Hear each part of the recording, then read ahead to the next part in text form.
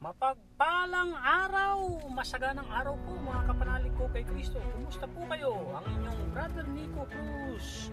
Nagpapasalamat ng todo-todo.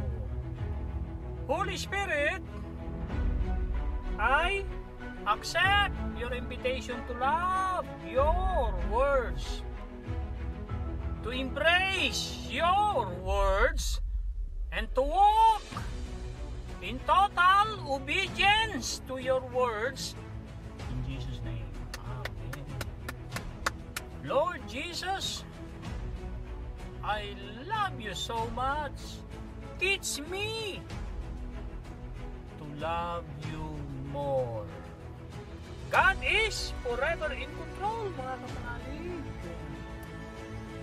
Ito po ang kawikaan, buong kapitulo ng araw ngayon, 14, September 14. So, kapitulo 14, versikulo 1 hanggang 35. Ito na po. Ang matalinong babae ay nagtatatag ng kanyang bahay. Ngunit, winawasak ng isang mangmang ang sariling tahanan. Ang gumagalang at sumusunod kay Yahweh ay lumalakad sa katuwiran. Ngunit, ang nagwawalang bahala sa kanya ay nasa likong daan. Ang bawat salita ng mangmang ay may katumbas na parusa. Kaya, ang matalino'y nag-iingat sa mga salita niya. Kung walang baka, ang kamalig ay walang laman. Datapwat, sa maraming baka, sagana ang anihan. Ang tapat na saksi hindi nagsisinungaling, ngunit pawang kabulaanan ang saksing sinungaling. Kabulaanan ay kasinungalingan po. Huwag tayong tumistigo pagka tayo lang ay magsisinungaling. Malaking kasalanan po yan sa Panginoon. Huwag nating maging hanap buhay ang magsalita ng kasinungalingan po. Verse 6, ang mangmang ay nag-aaral pero hindi matututo, ngunit madaling maturuan ang taong may talino. Iwasan mong makisama sa mga taong mangmang, pagkat sa kanila ay wala kang mapupulot ng kaalaman. Nalalaman ng matalino ang kanyang ginagawa, ngunit ang mangmang ay naaakay ng mali niyang unawa. Kinukutya ng mga hangal ang handog na pambayad sa kasalanan, ngunit nalalasap ng matuwid ang mabuting kalooban. Walang makikihati sa kabiguan ng tao, gayon din naman ang ligayang nadarama nito. Ang bahay ng masama ay sadyang mawawasak, ngunit ang tulda ng matuwid ay hindi babagsak. May daang matuwid sa tingin ng tao, ngunit kamatayan ang dulo nito. Sa gitna ng ligaya, maaring dumating ang kalungkutan, ngunit ang kaligayahay maaring magwakas sa panandalian. Ang pagpapabaya pagbabayaran ng tao ang liko niyang pamumuhay, ngunit ang gawa ng matuwid ay gagantimpalahan. Ulitin ko po verse 14. Pagbabayaran ng tao ang liko niyang pamumuhay, ngunit ang gawa ng matuwid ay gagantimpalaan. Pinaniniwalaan ng mangmang ang lahat niyang mapakinggan, ngunit sinisiyasat ng may unawa ang kanyang pupuntahan. Ang taong may unawa ay lumalayo sa kasamaan, ngunit ang mangmang ay nagpapahamag dahil sa kapabayaan. Ang taong mainit ang ulo ay nakagagawa ng di marapat, ngunit ang mahinaon ay lagi nang nag-iingat. Ang taong hangal ay nag-aaral ng kamangmangan. Nag-aani ng kamangmangan. Ngunit ang matalino'y nagkakamit ng karunungan. Ang makasalanan ay gumagalang sa mabuting tao at makikiusap na siya'y tulungan nito. Ang taong mahirap kadalas ay tinatalikuran, ngunit ang mayaman ay maraming kaibigan. Ang humahamak sa kapwa ay gumagawa ng masama, ngunit ang matulungin, ligaya ang tinatamasa. Ang gumagawa ng masama ay mapapahamak, ngunit ang nag-iisip ng mabuti, pagkakatiwalaan at igagalang. Ang bawat pagsisikap ay may pakinabang, ngunit ang puro salita, ang bunga ay kahirapan. Ang putong ng matalino ay ang kanyang karunungan. Ang kwintas ng mangmang ay ang kanyang kahangalan.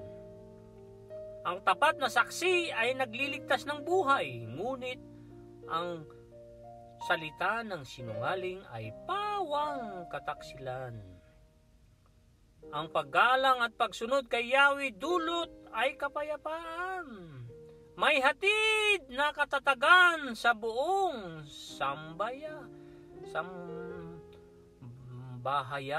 sambahayan po. Ang paggalang at pagsunod kay Yahweh ay bukal ng buhay, at ang taong mayroon nito'y malayo sa bitag ng kamatayan. Ang karangalan ng hari ay nasa dami ng nasasakupan, ngunit walang kabuluhan ang pinunong walang tauhan. Ang inahon ay nagpapakilala ng kaunawaan, ngunit ang madaling pagkagalit ay tanda ng kamangmangan. Ang isip na tiwasay ay nagpapahaba ng buhay, ngunit ang kapusukan ay nagbibigay ng kapahamakan. Ang umaapi sa mahirap ay umahamak sa may kapal, ngunit ang matulungi nagdudulot ng karangalan. Last 4, verse po sa Kawikaan 14. Ang masama ay binabagsak ng sariling kasamaan, ngunit ang kanlungan ng matuwid ay kanyang kabutihan. Sa isip ng may unawa ang nananahan ay karunungan, ngunit ang mangmang ay walang kaalaman. Ang katwiran ay nagpapadakila sa isang bayan, ngunit ang kasalanan na may nagdudulot ng kahihiyan. Sa matalinong alipin ang amo ay nalulugod, ngunit sa utusang walang isip siya ay napupuot. Napakagandang Kawikaan 14 po, mga kapanalig. Ito po ngayon ang ating motivation sa librong The 80-20 Principle. Ano po ba ang 80-20? Courtesy by Robert Macmillan. 7 lessons from the 80-20 Principle. The 80-20 Principle, also known as Pareto Principle. I think narinig ko yan, si Pareto ay naka-invento ng principle na yan ay taga Italy. Italian po si Pareto. States that roughly 80% of the results from 20% of the inputs. Ang inahalimbawa dito, kung ang deal, project, ay nagbibigay ng 80% na profit, sa 20% mo lang na effort or inputs, yun ay the best na 80-20 principles. Pero kung baliktad naman, 20% lang ang profit mo, pero napakadami ng efforts, ng pagod, 80%, ay hindi po magandang deal. Pati yan sa paggamit sa oras, yung dapat na tinututukan mo ay nagbibigay ng 80% results sa'yo, na 20% lang ang effort mo. Kung paano mo gagawin yon, gagamitin mo ang utak mo, gagamitin mo ang paghingi ng tulong sa Diyos, gagamitin mo ang time, treasure, talent mo in a godly way. Hindi mo mamanipulahin ang tao. So ito na po ang 7 lessons courtesy by Robert McMillan. Number 1, identify and focus on the vital few.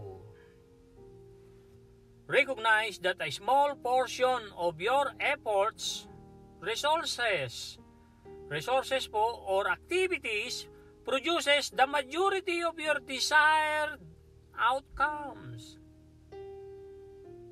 Identify and prioritize those vital few inputs that yield the most significant results and focus your energy on them. Kailangan mo ng duplication. I-duplicate mo ang sarili mo.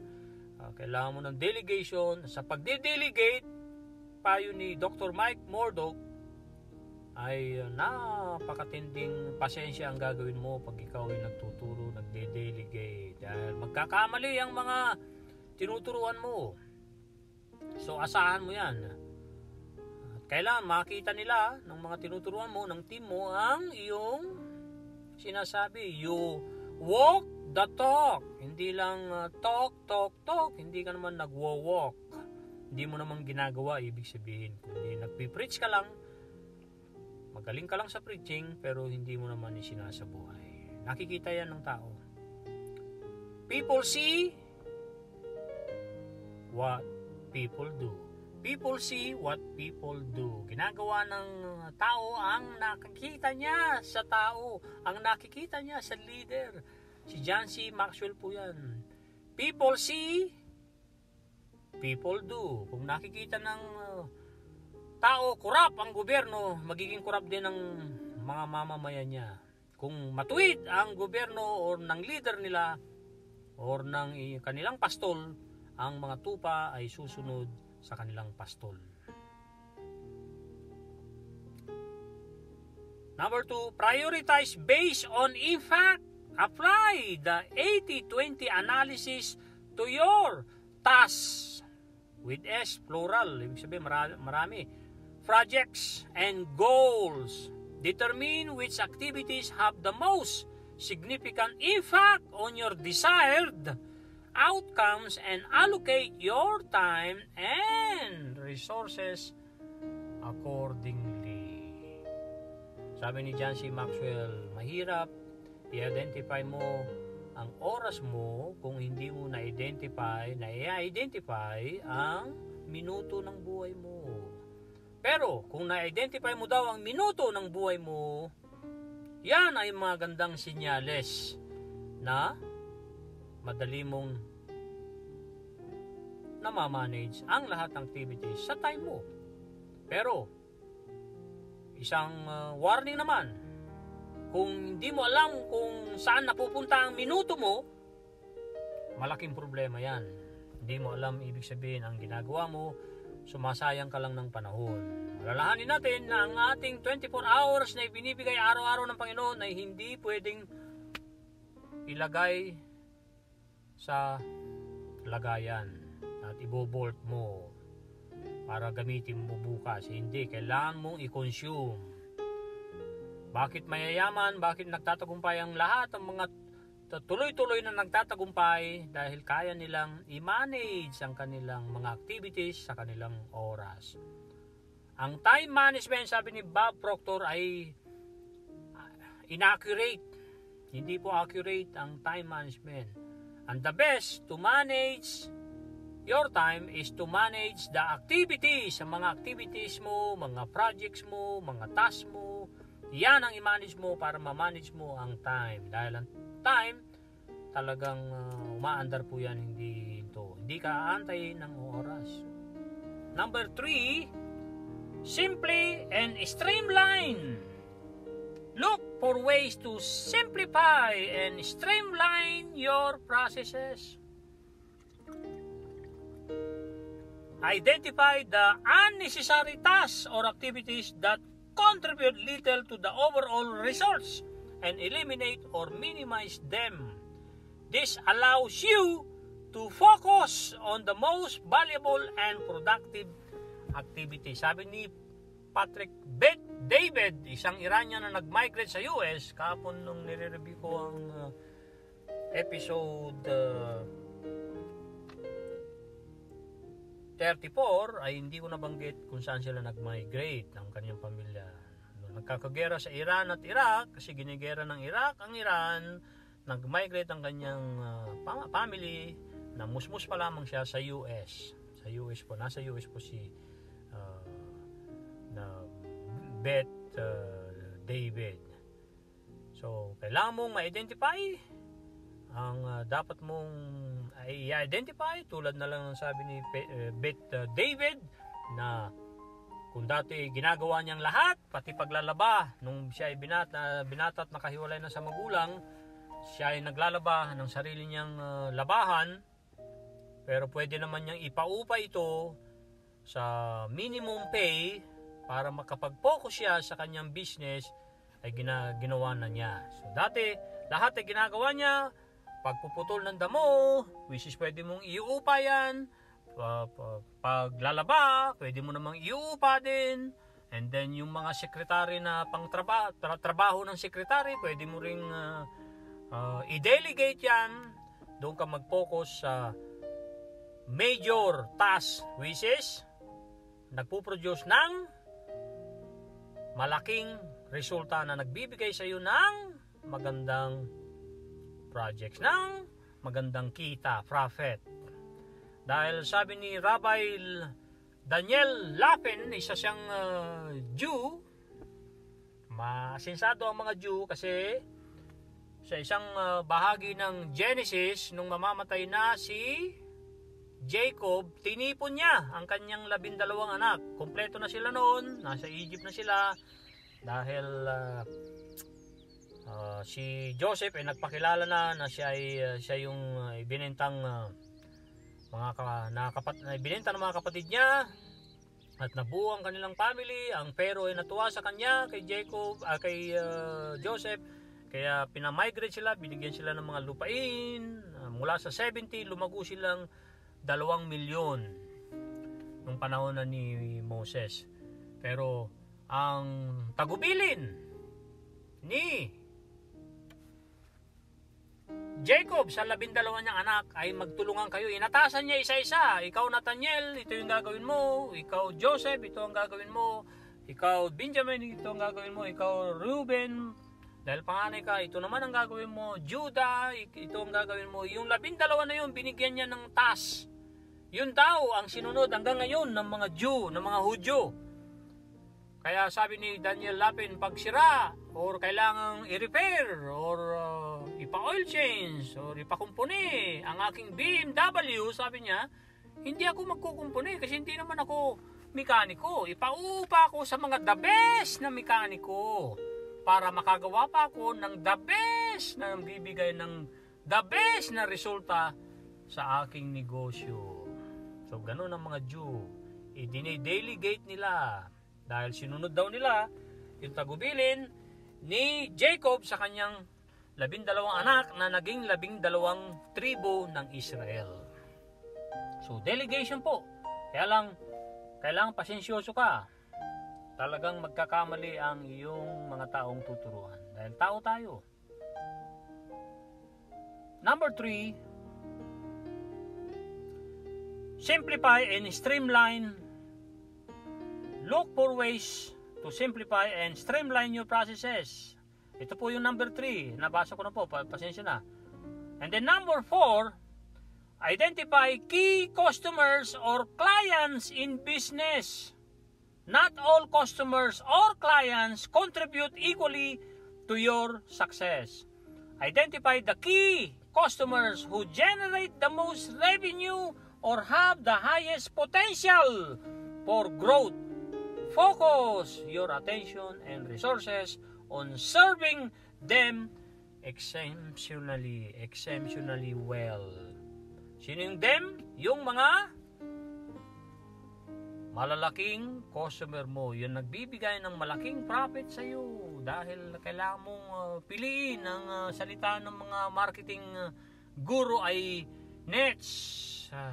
Kailangan ma-identify mo yung gusto mo, target market mo. Kailangan hindi lahat pagsisilbihan mo dahil ginawa ko rin yan open na lahat, talagang hindi ka makanda uga-uga.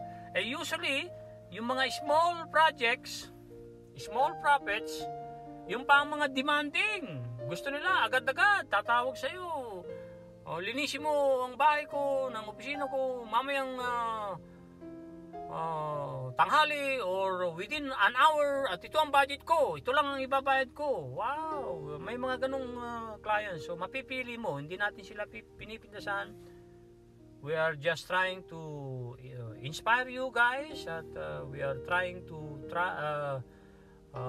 sabihin ang totoo dahil may mga ganyang customers na very demanding at talagang bubusisiin lahat ng mga ginawa mo at susulitin nila bawat sintabo ng kanilang bawat penny ng kanilang mga binabayad.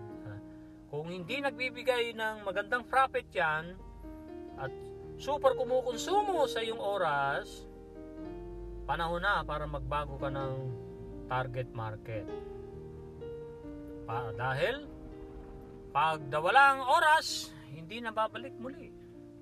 So kailangan natin ikonsumo ng may katalinuhan. Na siyempre, katalinuhan ibig sabihin ay may takot sa Diyos, may pagmamahal sa Diyos. Hindi ka dapat umabuso. Number 5, Pareto analysis for problem solving. Apply the 80-20 analysis to problem solving. Identify the few critical factors or causes that contribute to the majority of the problems or challenges you face.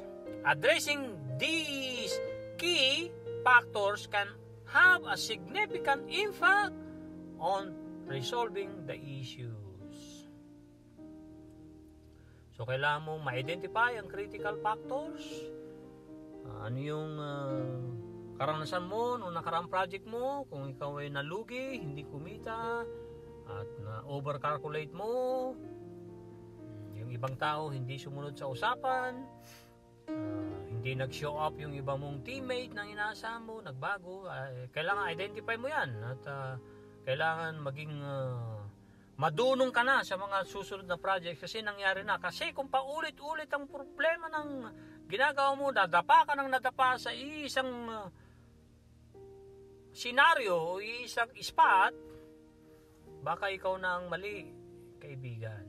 Baka mali na yung sistema mo. Baka mali na yung pag-iisip mo, kaya mali ang nagagawa mo. Number 6, leverage your strengths.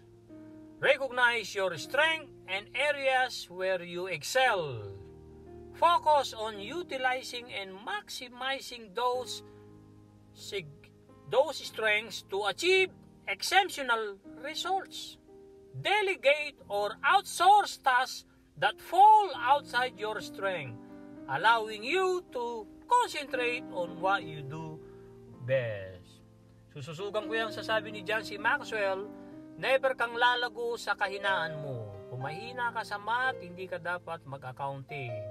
Kung ikaw ay may negosyo, hindi ka dapat nagko-compute sa trabaho ng accounting. I-delegate mo, bigay mo sa mga expert na accounting. Kung hindi ka magaling sa analysis, mag-delegate ka ng magaling sa analysis. Doon ka mag-focus sa strength mo. Kasi hindi ka talaga lalago doon sa kahinaan mo. Hindi lahat ng aspeto ng buhay ay malakas tayo.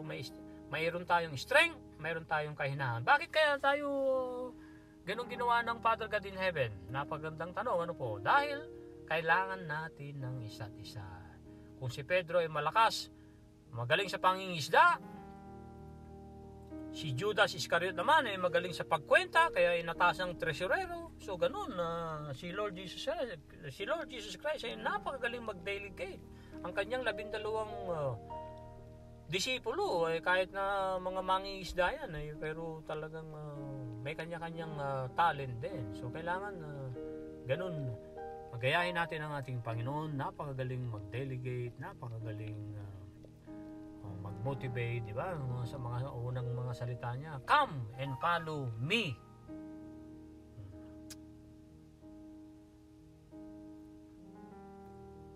Ito po ang panghuli. Continually evaluate and reassess. Regularly reassess and evaluate the effectiveness of your efforts. The 80-20 principle can change over time on staying vigilant. Excuse me. And adaptable ensures you continue to focus on the most impactful areas. By applying the lessons from the 80-20 principle, you can enhance your efficiency, effectiveness, and productivity, understanding, and leveraging the vital few inputs that drive the majority of results allows you to optimize your efforts and achieve greater success in various aspects of life and business. Diyan po ang ating 7 lessons na binahagi ng ating kaibigang si Robert McMillan. Tanong, ano po ang take home ninyo sa episode 34? Halika at magpahinga ka. Tayo ba ay sumusunod sa paanyaya ng ating Panginoon na tayo ay lumapit sa Kanya, tayo para makapagpahinga? Gawin po natin yan, mga kapanalig, kasi talagang kailangan natin ng kapayapaan ng isip, kapayapaan ng kalooban. At isuko na natin yung mga habitual, yung mga nakagawian nating mga panguhusga sa ganito, panguhusga sa ganun, pati sa weather, sa panahon ay hinuhusga na rin natin. Uulan ngayon, mag-i-snow ngayon, ang lamig-lamig ngayon. At trabaho po ng Diyos yan. Tayo ay bisita lamang. Di po ba? Para tayong saglit na usok, pagka naihangin, wala na. Sa ganun daw ang buhay nating mga tao. Kumpara sa eternity. Kaya nga, makipag-communicate tayo, makipag-usap tayo, makipagtalastasan tayo sa Panginoon, sa pag-upo ng tahimik sa Kanya. Gagawin natin yan. Tayo'y maagang gigising, maaga rin ng tulog, kailangan makapito or makawalo kang oras na tulog.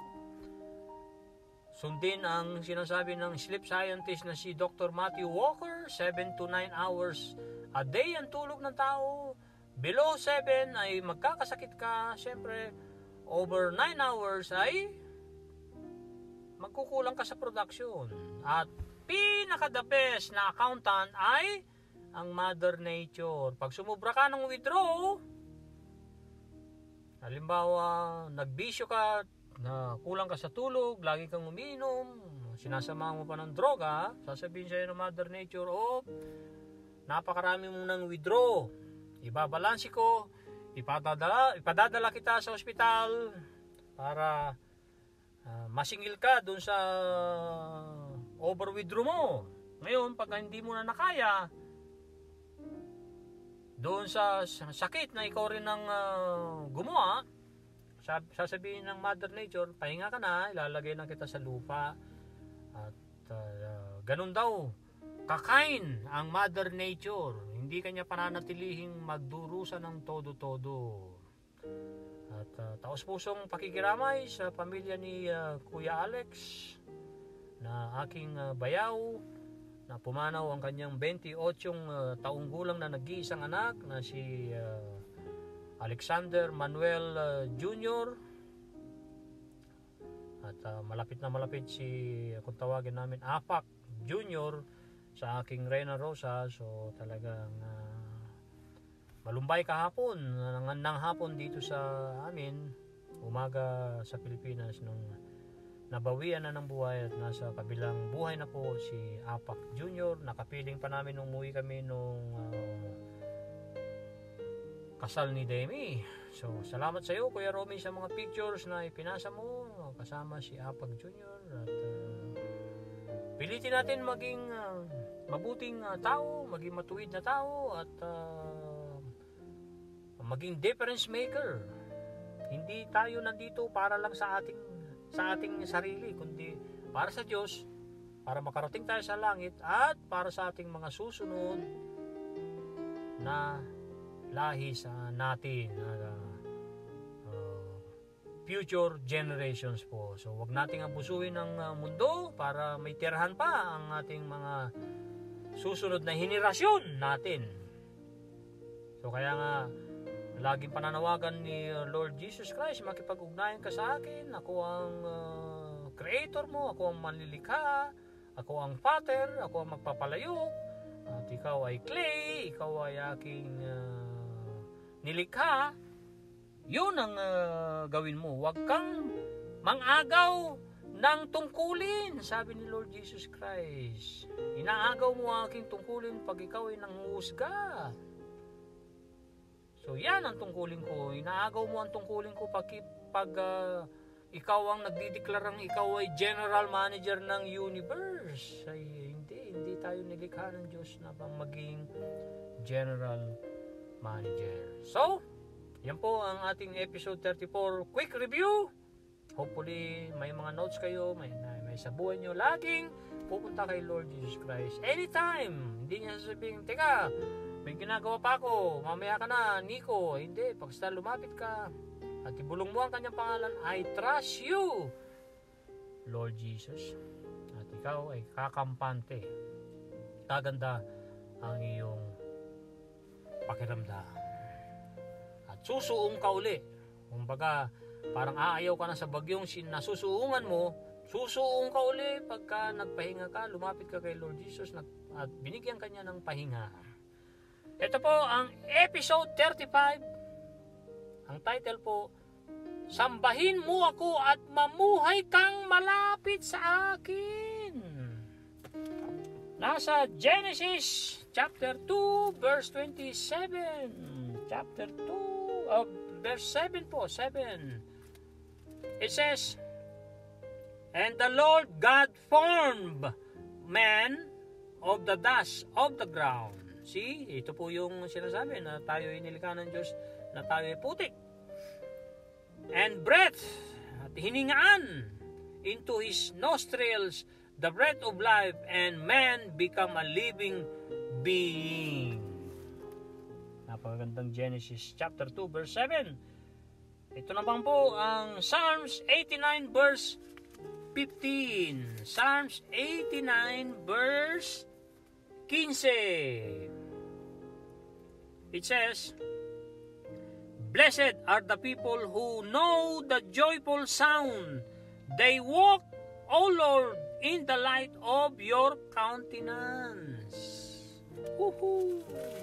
At ang panguling scriptures for today sa episode 35 nasa Romans chapter 12 verse 1 hanggang 2. Ito po lagi natin sinishare. It says, I beseech you. Beseech ay magmakaawa. I beseech you, therefore, ako'y nagmamakaawa, sabi ni San Pablo rito, brethren, by the mercies of God, that you present your bodies a living sacrifice, holy, acceptable to God, which is your reasonable service. Verse 2, and do not be conformed to this world, but be transformed by the renewing of your mind, that you may prove that is that good and acceptable and perfect will of God. Ito na po ang mensahe ng ating Panginoong Jesus sa ating lahat. Episode 35, September 14. Worship me by living close to me. This was my original design for man, into whom I breathed my very breath of life. This is my desire for you, that you stay near me as you walk along your path, your life path. Each day is an important part of that journey. Journey po ay paglalakbay. Although you may feel as if you are going nowhere in this world, your spiritual journey is another matter. Matter ay bagay. Altogether po ay sama-sama. Is another matter altogether. Taking you along step. Step po ay hindi po yung hakbang. Yan po ay matarik. Treacherous. Yan po ay taksil. At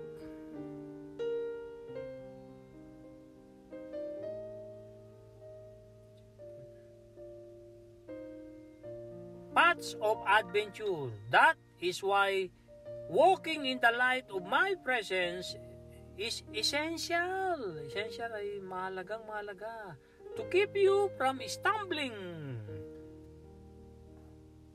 Stumbling ay natisod. By staying close to me, you present yourself as a living sacrifice. Even the most routine part of your day can be a spiritual act of worship, holy and pleasing to me. Routine ay nakagawian, pleasing ay kaaya-aya sa Panginoon. Kaaya-aya sa Panginoon, pleasing to me. Sa Genesis 2:7, Psalms 89:15, Romans 12 verse 1 hanggang 2. Yan po ang mensahe ni Lord Jesus Christ. Ngayon po ay tayo po ay magnilay-nilay sa ating lingwahe para manood ang mensahe ni Lord Jesus Christ sa ating lahat. So, sambahin mo ako at mamuhay kang malapit sa akin. Ang Panginoon sa Genesis ay gusto makipagrelasyon sa mga tao dahil nung ginawa na niya ang universe, so huli tayong ginawa. Kaya hindi natin pwedeng ipagmalaki sa Diyos na tayo ang gumawa ng mundo. Hindi po. Kahit sa mo balik rin ng Bible ay talagang nauna ang mga ibang mga ginawa niya, ang universe, ang mga trees, ang mga dagat, at mga bundok, at mga mountain, mga animals, mga creeping things, mga gumagapang sa lupa, ay mga nauna yan. Tayo po ang nahuli. So, kaya tayo nilikha ng Diyos, nakawangis niya dahil gusto niyang makipagrelasyon sa atin. So ang role natin, itaas natin siya para naitataas din natin ang ating sarili. So hindi po egoistic ang ating Panginoon, na paliwanag ni Pastor Ed Lapez, sinare ko rin sa episode 34, hindi po egoistic ang ating Panginoong Ama sa Langit. Gusto ka niyang iangat, may iangat kanya kung iaangat mo siya. Kasi nga, nananahan siya sa atin. Yan ang dapat nating matanto. Kaya nga, never tayong maghiganti, never tayong magbanta. Yes, Madalas nakakapagbanta tayo pagka nasa negative revenge tayo, negative emotion revenge, negative emotions anger, negative emotions greed, at negative emotions superstitions. May mga 7 negative emotions po na dapat nating iwasan. Pati yung negative emotion na fear, takot. So dapat nating iwasan yan. Kaya sa pamamagitan ng laging pagsamba sa Panginoong Hesus, worship me by living close to me. So sambahin mo ko sa pamamagitan ng paglapit mo pa sa akin. Paglapit meaning tayo ay nananatili sa Panginoon, nagiging masunurin sa Panginoon, at tinatanggap natin ang lahat ng dumarating sa buhay natin, at napakahalaga, to reproduce for God. To reproduce ay magparami, hindi ang pagpaparami ng lahi, kundi pagpaparami ng naniniwala kay Kristo. Ang Great Commission ay pang-11 commandment. Sabi ng mga veterano sa Bible, Matthew 28:18 to 19, the Great Commission. Nag-commission ang ating Panginoon, inatasan ng mga disipulo na ipalaganap ang Kristyanismo sa pamamagitan ng pagbabaptismo sa ngalan ng Ama, ng Anak, ng Espiritu. So sumunod ang mga 12 disipulo at naging bilyon. Bilyon na po tayong mga Kristiyano. At dadami pa yan kung sisikapin natin. Patuloy tayo mismo ang magtatanim ng salita ng Diyos. Pag itinanim ang salita ng Diyos, sa panahon niya, tutubo ito.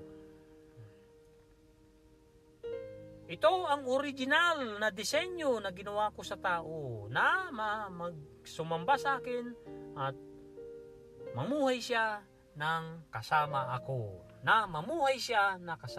Yan ang original daw na disenyo ng ating Panginoon. Dahil hiningan niya tayo ng hiningang may buhay. Ito ang aking pagnanasa sa iyo, sabi ni Lord Jesus Christ, na tayo ay sumamba sa Kanya, manatili sa Kanya. Sa bawat araw, ito ay napakahalagang parte ng paglalakbay mo, anak. Kaya lang, minsan nararamdaman mo na ikaw ay pumupunta ng walang pinatutunguhan dito sa mundo. Ang iyong spiritual na paglalakbay ay iba pang bagay na sama-sama.